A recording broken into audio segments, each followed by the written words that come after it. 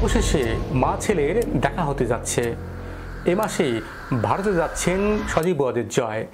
দিল্লিতে হতে যাচ্ছে এই সাক্ষাৎ, এমন খবর দিয়েছে ভারতীয় এবং বাংলাদেশের গণমাধ্যম।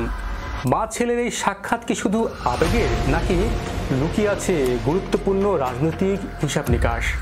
সময়টা কিন্তু গুরুত্বপূর্ণ। বাংলাদেশে নিষিদ্ধ হয়েছে আওয়ামী লীগ, তাই জয়ের ভারতে আসার পেছনে নতুন রাজনৈতিক সমীকরণের ইঙ্গিত বহন করে। আওয়ামী লীগ কি তবে নতুন রাজনৈতিক অধ্যায় শুরু করতে যাচ্ছে, নতুন নেতৃত্ব বা নতুন প্ল্যাটফর্মের মাধ্যমে? যদি তাই হয়, তাহলে অন্তর্বর্তী সরকারের প্রতিক্রিয়া কেমন হতে পারে? চলুন বিশ্লেষণ করি।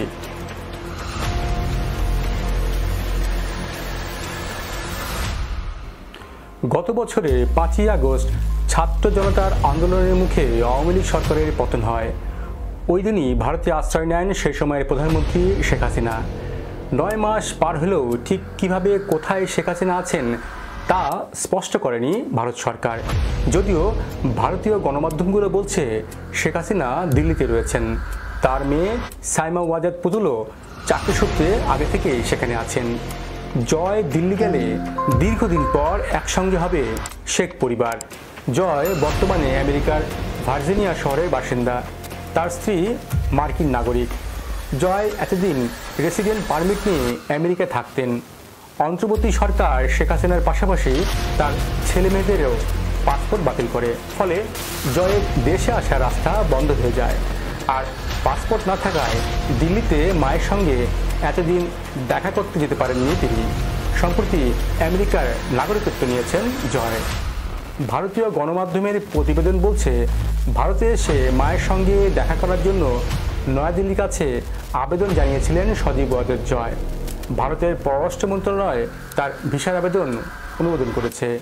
এই মাসেই জয়ের দিল্লি আসার কথা রয়েছে। সেখান থেকে যেতে পারেন কলকাতায়। 2 জায়গায় আওয়ামী লীগের নেতাকর্মীদের সঙ্গে বৈঠকও হতে পারে। শেখ হাসিনার পতনের পর আওয়ামী লীগের জেলা থেকে কেন্দ্রীয় নেতা, এমপি থেকে মন্ত্রী অনেকেই দিল্লি এবং কলকাতায় অবস্থান করছেন। জয় ভারতে এলে আওয়ামী লীগের বড় একটা সভা হওয়ারও সম্ভাবনা রয়েছে, যদিও জয় আওয়ামী লীগের কোনো গুরুত্বপূর্ণ পদে নেই।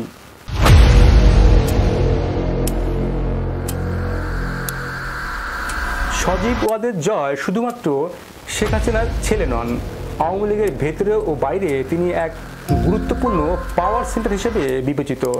তার ভারত সফর সাধারণত পারিবারিক মনে হলেও সময় ও প্রেক্ষাপট বিশ্লেষণ করলে বোঝা যায় এর রাজনৈতিক তাৎপর্য অনেক গভীর। আওয়ামী লীগের নিবন্ধন বাতিল হওয়ার মাত্র কয়েকদিনের মধ্যে তিনি দিল্লি যাচ্ছেন। নয়াদিল্লি এবং কলকাতা উভয় শহরেই আওয়ামী লীগের প্রবাসী নেটওয়ার্ক সক্রিয়। এই জায়গাগুলো শেখ হাসিনার কূটনৈতিক ব্যাক চ্যানেল হিসেবেও কাজ করতে পারে। তাছাড়া নয়াদিল্লিতে শেখ হাসিনার সঙ্গে জয়ের দীর্ঘদিন পর প্রথম সাক্ষাৎ কেবল আবেগেরই নয়, এটি রাজনৈতিক সমন্বয়ের একটি গুরুত্বপূর্ণ অধ্যায় হতে পারে। কারণ ভারতে আশ্রয় নেওয়া আওয়ামী লীগ নেতারা জয়ের আগমনকে ইতিবাচক হিসেবেই দেখছেন। শেখ হাসিনা নিজেও এখন একটি নতুন রাজনৈতিক কৌশল তৈরি করতে যাচ্ছেন, যাতে প্রবাসী সমর্থন, ভারতীয় শুভনোধ্যায়ী এবং আন্তর্জাতিক মানবাধিকার সংগঠনগুলোর সমর্থন আদায়ের চেষ্টা করছেন। মায়ের সঙ্গে জয়ের সাক্ষাৎ হতে পারে রাজনৈতিক পুনরুদ্ধারের পরিকল্পনারই সূচনা।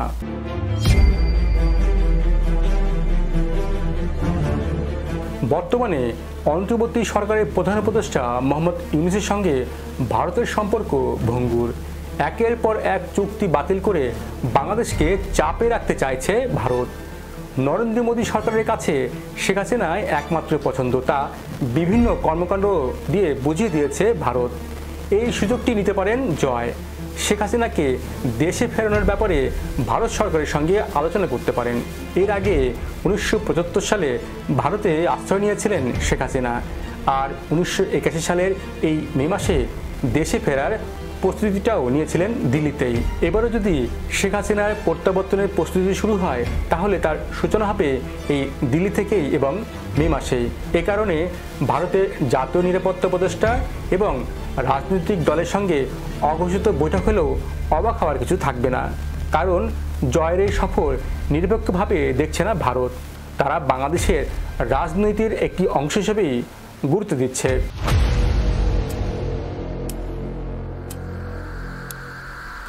আওয়ামী লীগ নিষিদ্ধ, বাতিল হয়েছে নিবন্ধ, আবার বিশেষ ট্রাইব্যুনালে বিচার চলছে।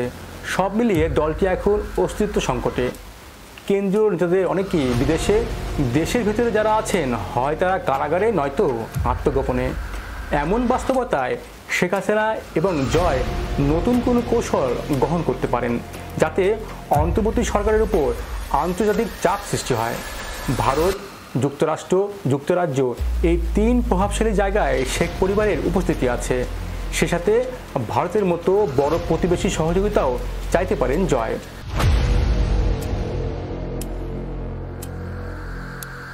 রিফাইন্ড আওয়ামী লীগ নিয়ে গত মার্চে ব্যাপক আলোচনা সমালোচনা হয়েছে। আওয়ামী লীগকে রাজনীতিতে ফিরিয়ে আনতে সেনা প্রশাসন চাপ দিচ্ছে বলে দাবি করেছিলেন জাতীয় নাগরিক পার্টি এনসিপির দক্ষিণাঞ্চলের সংগঠক হাসনাত আবদুল্লাহ। এরপর অনেক জল ঘোলা হয়েছে। এবার জয়ের ভারত সফরে আবারও আলোচনা আসতে পারে পুনর্গঠন ইস্যু, আসতে পারে নতুন রাজনৈতিক প্ল্যাটফর্ম গঠনের চূড়ান্ত সিদ্ধান্ত, যেখানে জয় নিজে সরাসরি রাজনৈতিক দায়িত্ব নিতে পারেন, যা এতদিন তিনি করেননি। এতে আন্তর্জাতিক মহলে একটি বার্তা যাবে যে আওয়ামী লীগ বা শেখ পরিবার শেষ হয়ে যায়নি, বরং পুনর্গঠিত হচ্ছে। বাংলাদেশের সংবিধান অনুযায়ী যেসব দল নির্বাচন কমিশনে নিবন্ধিত নয় তারা জাতীয় নির্বাচনে অংশ নিতে পারবে না, অর্থাৎ আওয়ামী লীগ বর্তমানে নির্বাচনের বাইরে। এক্ষেত্রে দলটির বেঁচে থাকার একমাত্র উপায় নতুন নামে নতুন প্ল্যাটফর্মে ফিরে আসা। কিন্তু এই নতুন প্ল্যাটফর্ম আসলে কিভাবে করা সম্ভব? যদিও হয় তাহলে কারা থাকবে এই দলে? ভবিষ্যৎ বলা যায় না ঠিকই, কিন্তু অতীতের ঘটনা বিশ্লেষণ করলে কিছুটা ধারণা পাওয়া সম্ভব। নিষিদ্ধ হওয়ার পর নতুন প্ল্যাটফর্ম গঠন করা বিশ্বে নতুন কিছু নয়। দক্ষিণ এশিয়ার বিশ্বের বহু দেশে এমন নজির আছে। পাকিস্তানে যখন বেনজির ভুট্টোর পিপুলস পার্টি নিষিদ্ধ হয়েছিল তখন পিপিপি শহীদ ভুট্টো নামে নতুন প্ল্যাটফর্ম গঠন করা হয়েছিল। মিয়ানমারের সূচির এনএলডি নিষিদ্ধ হলে এনইউজি নামে আলাদা প্ল্যাটফর্ম গঠিত হয়। ইরানের শাহের পতনের পর প্রবাসী ইরানিরা নতুন প্ল্যাটফর্ম গড়ে তুলেছিলেন। নিষিদ্ধ হওয়া বা নিবন্ধন বাতিল হওয়া মানে রাজনৈতিক মৃত্যু নয়। বাংলাদেশেও জামাতে ইসলামী রাজনীতি নিষিদ্ধ এবং নিবন্ধন বাতিল হয়েছিল, কিন্তু বর্তমানে জামাতে ইসলামী প্রভাবশালী রাজনৈতিক দল। কখন, কে, কিভাবে, কোন দল ফিরে আসবে তা সময়ের বাস্তবতাই বলে দেবে। আওয়ামী লীগ যদি নতুন প্ল্যাটফর্ম গড়ে তোলে সেটি কিভাবে হতে পারে? সেক্ষেত্রে প্রথমে প্রবাসভিত্তিক নেটওয়ার্ক গঠন করা হতে পারে। যেসব শীর্ষস্থানীয় আওয়ামী লীগ নেতা ভারতে, ইউরোপ, কানাডা বা মধ্যপ্রাচ্যে অবস্থান করছেন তারা ভার্চুয়াল বৈঠকের মাধ্যমে একটি ছায়া কমিটি গঠন করতে পারেন। এই ছায়া কমিটি থেকে নতুন রাজনৈতিক নীতিমালা, লক্ষ্য, আদর্শ নির্ধারিত হতে পারে। নতুন প্ল্যাটফর্ম আন্তর্জাতিক মহলে স্বীকৃতি পাওয়ার চেষ্টা করতে পারে, যেমন ইউরোপীয় ইউনিয়ন, মার্কিন কংগ্রেস, ভারতীয় নীতি নির্ধারক এবং জাতিসংঘের মানবাধিকার সংস্থা। এখন প্রশ্ন হলো এর পেছনে রাজনৈতিক কৌশলটা কি?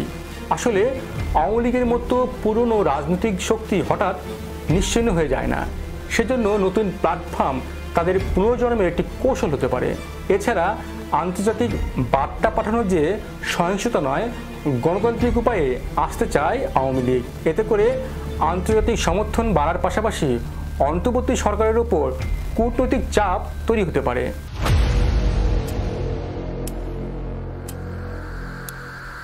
এবার প্রশ্ন আসে, অন্তর্বর্তী সরকার শেখ হাসিনা এবং জয়ের সাক্ষাৎ হলে কী প্রতিক্রিয়া দেখাতে পারে? অন্তর্বর্তী সরকার ইতিমধ্যে আওয়ামী লীগের বিরুদ্ধে কঠোর ব্যবস্থা নিয়েছে। দলটির নিবন্ধন বাতিল এবং তাদের রাজনৈতিক কর্মকাণ্ড নিষিদ্ধ করেছে।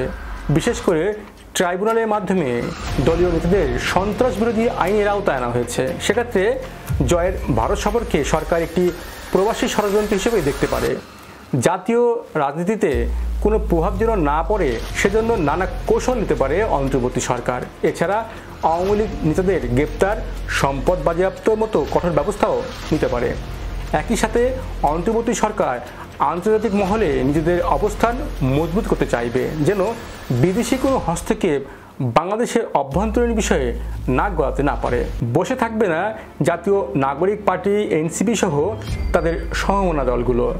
জয়কে রাজনৈতিকভাবে অবাঞ্ছিত করার পাশাপাশি আওয়ামী লীগ নেতাদের বিরুদ্ধে গ্রেপ্তার এবং বিচারের দাবি জোরালো করে অন্তর্বর্তী সরকারের উপর চাপ তৈরি করতে পারে। সজীব ওয়াজেদ জয়ে ভারত সফর কেবল পারিবারিক সাক্ষাৎ নয়, এটি আওয়ামী লীগকে পুনর্গঠনের শুরুর একটি ইঙ্গিত।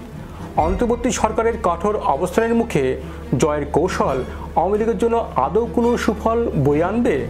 আপনি কি মনে করেন? জানান আপনার মতামত। ভিডিওটি ভালো লাগলে লাইক দিন এবং শেয়ার ও সাবস্ক্রাইব করুন। এতক্ষণ সঙ্গে থাকার জন্য ধন্যবাদ।